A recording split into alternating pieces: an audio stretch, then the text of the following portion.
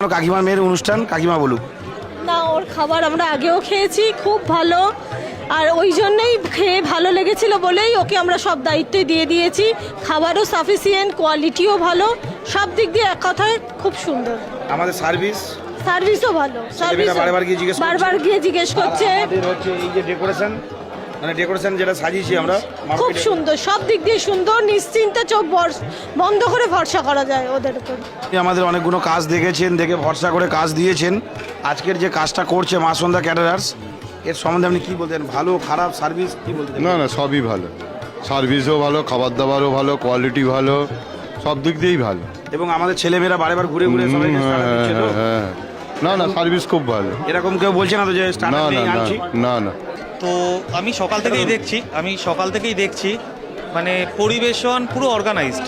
সকাল থেকে যা যা প্ল্যানিং ছিল সমস্ত কিছু করা হয়েছে।